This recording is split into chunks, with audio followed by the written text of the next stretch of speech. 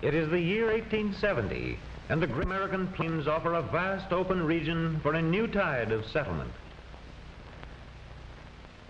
With few streams and little water, the plains are nonetheless rich in deep, fertile soil. And there is room here, room for a man to farm, room to carve out a new life, room to breathe. At least that's how the Carter family see it. Theirs is a pioneer heritage. For their forebears, it was on to Ohio, then Indiana, then Illinois, and now it is the western plains that beckon. Once it was the pack horse, later the flatboat. Now it is oxen and wagons that carry the pioneers west. The father fought at Tippecanoe. The son was with Meade at Gettysburg. The mother confronted forest trails. The daughter faces the lonely plains. And for the Carter children, there are frontiers yet unknown. The American faith travels westward in the prairie schooner. There are pauses in the journey. Each night, pioneers and oxen must have rest and food and water. Thus, while mother and children prepare a supper of long familiar cornmeal mush, father leads the weary oxen to the banks of a nearby stream. And now, with supper nearly ready, Mr. Carter ties the animals to a tethering stake for the night and joins in the simple meal. Long days on the trail make the hardiest food most welcome. But from a distant ridge, a settler, Mr. Crawford, notices the Carter camp. That means a visit. Ma, see them campers over there? I think we ought to take something to them. It is lonely on the plains in 1870, very lonely. News from back east is always welcome.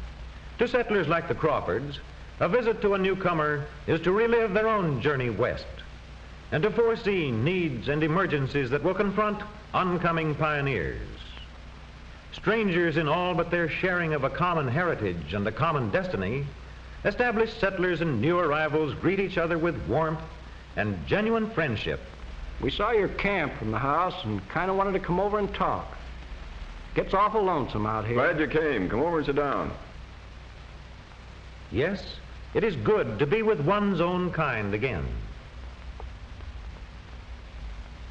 Where are you from? Illinois. How long you been on the way? About 8 weeks now. Yes, my husband filed his claim last spring and came back for the children and me in July. You'll find things very different out here. Yes, I imagine we will. So friendly talk goes on around the Carter campfire until, with the setting of the sun over the darkening prairie vastness, there comes a request for music. Music that erases the solitude of the plains.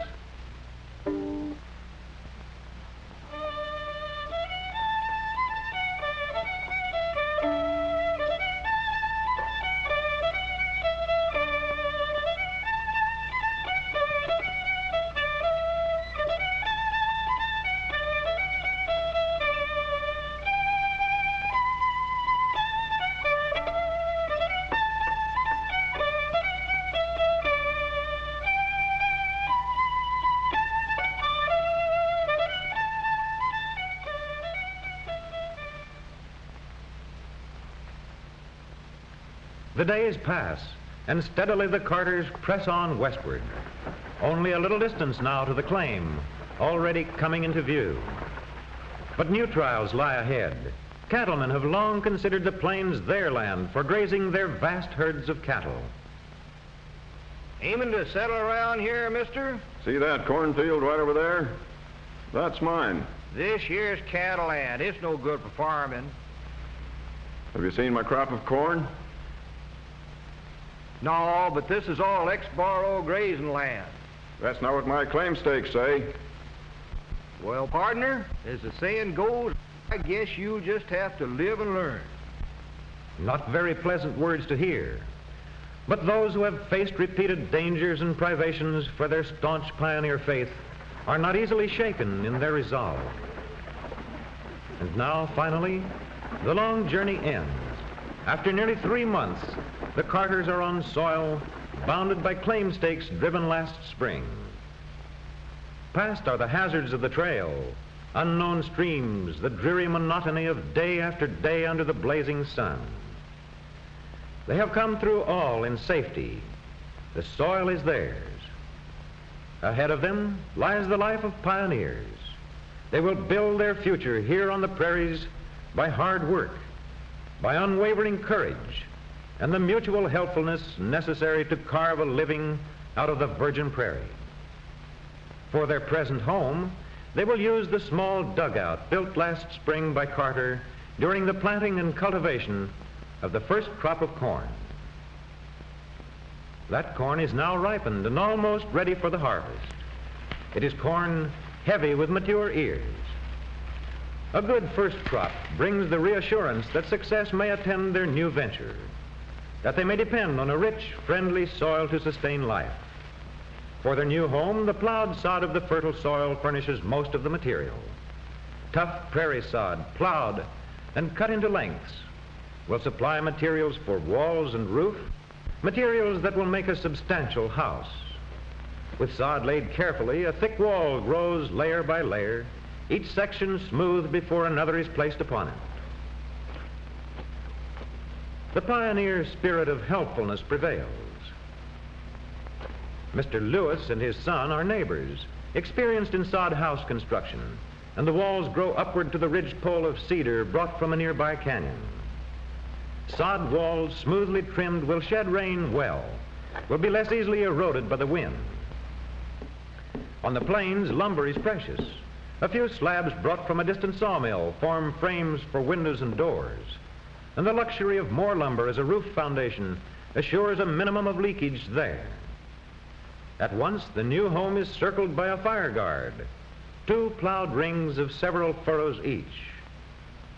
Between these 2 plowed paths, Carter burns the grass and thus protects the house from the dreaded prairie fire by the gap formed by the blackened, barren area. Within the completed sod house, Mrs. Carter has set up housekeeping. Walls are plastered, shelves are decorated. The little round stove is the center of the household for cooking, and when winter comes, it will afford protection against howling blizzards. Fuel of any kind is at a premium. Only prairie grass, occasional twigs, aside from the ever-present buffalo chips. The collecting of these forms a considerable part of each day's routine for Irene and James. Again, at corn harvest, the Lewises offer that helpfulness and exchange of labor which on the frontier soon became a custom. Cooperation here is a necessity.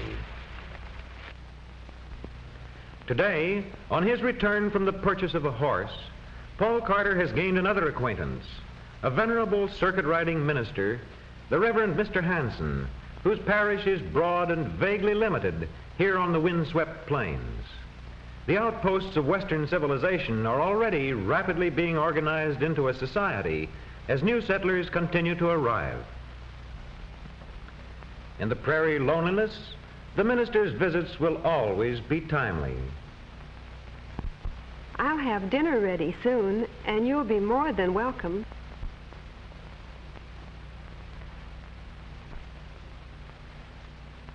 They tell me you're going to have a new school around here. Yes, putting up a building down there about 2 miles. The children will be starting in soon.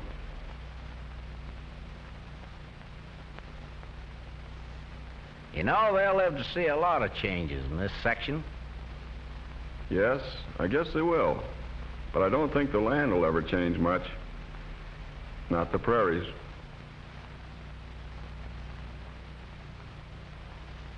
Paul, maybe Brother Hanson here would like to hear some music. Yes, ma'am. We need music out here. Music to ward off loneliness. Music to sustain the high courage needed by dauntless pioneers in their conquest of the plains.